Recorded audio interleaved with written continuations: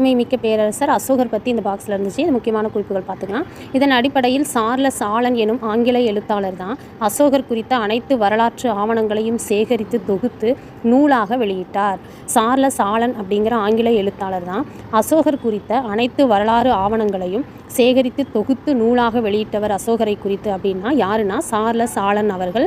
அவர் ஆங்கிலேய எழுத்தாளர். அந்த நூலின் பெயர் என்ன அப்படின்னா, அசோகரை குறித்ததான சார்லஸ் ஆலன் எழுதின அந்த நூல் பெயர் என்ன அப்படின்னா the search for the India's last emperor. அதற்கு பிறகு பல ஆய்வாளர்கள் தங்கள் ஆய்வுகள் மூலம் அசோகரின் பொற்கால ஆட்சி குறித்து செய்திகளை வெளி சொல்லியிருக்காங்க. இதற்கான சான்றுகள் சாஞ்சி ஸ்தூபியிலும் சாரநாத் கத்தூனிலும் காணப்படுகிறது.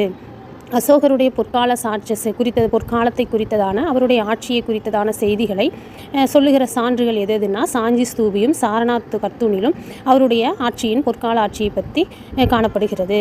இவை அசோகரின் பெருமைக்கு